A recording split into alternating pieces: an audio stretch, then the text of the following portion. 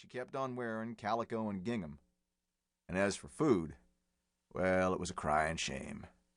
Eli claimed he had stomach trouble, but Doc Bartle said it was just his stingy soul that hurt. Anyhow, Bunny cooked mostly vegetables which she raised in her garden, or fish she caught in the river, and maybe venison she would fetch in herself come fall. When Bunny got hungry for meat, old Eli would just hand her a rifle and a few shells. Shortly thereafter there'd be meat on the table, because Bunny could shoot the ears off a cottontail at 200 yards. It's a good thing Bunny was such a crack shot. If she wasn't, she'd have been on a vegetable diet for life. Eli didn't have a real friend in the county. Like a lot of men I've known, he was vain and egotistical. So to stay on his good side, we pretended we were his friends, and we were careful not to cross him. When it came to the turkey shoot at Thanksgiving, we always saw that he won. Well, he was a good shot, so maybe he would have won anyhow. But the point is, none of us tried to beat him. If Eli knew how it was, he never let on. He seemed satisfied with the bowing and scraping we gave him, instead of the honest friendship most men wanted.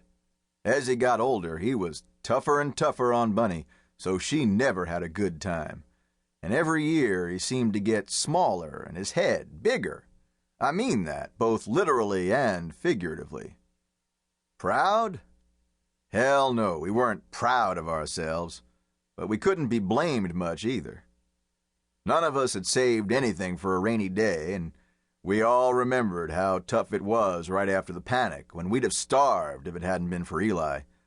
So we went on, year after year, fawning over Eli and cussing him behind his back, and cussing ourselves too. It was like Jake said, we'd traded our guts for a mess of pottage. By the time Rance Collins moved to Mountain City, I'd been sheriff for almost 20 years. Most of the time it was a lazy man's job, just sitting around the office in the courthouse and drawing my pay. But once in a while during the summer, some of our greenhorns got drunk, and I'd have to throw one of them into the jug to sober him up. I liked my job well enough to do my share of kowtowing to Eli. If I'd beaten him out of the turkey at Thanksgiving, for instance, he'd remember come election. He'd have passed the word along that Mountain County needed a new sheriff, and I'd have been out of a job. That's the way it was when Rance Collins rode in one spring and bought Clawhammer, a run-down little spread a couple of miles downstream from town.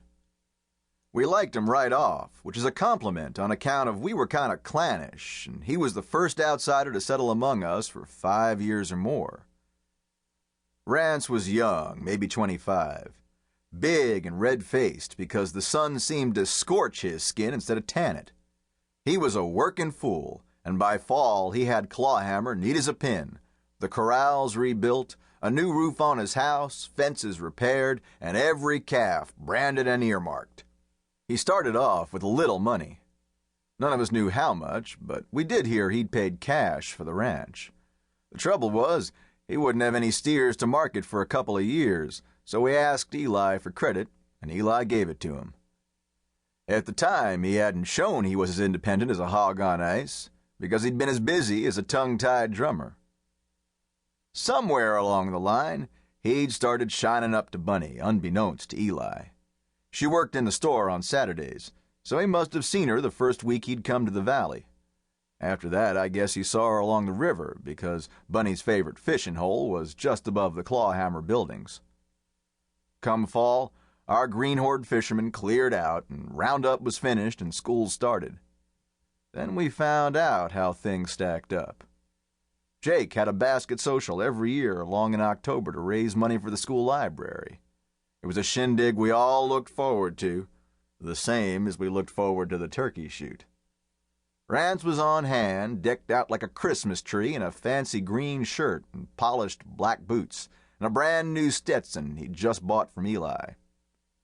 I was the auctioneer, and I started things off holding Bunny's pretty basket up for everybody to see, and talking big and handsome about the goodies that were in it. I thought Eli would bid 50 cents the way he always did, and folks would let it go at that. But this time it was different. Bunny must have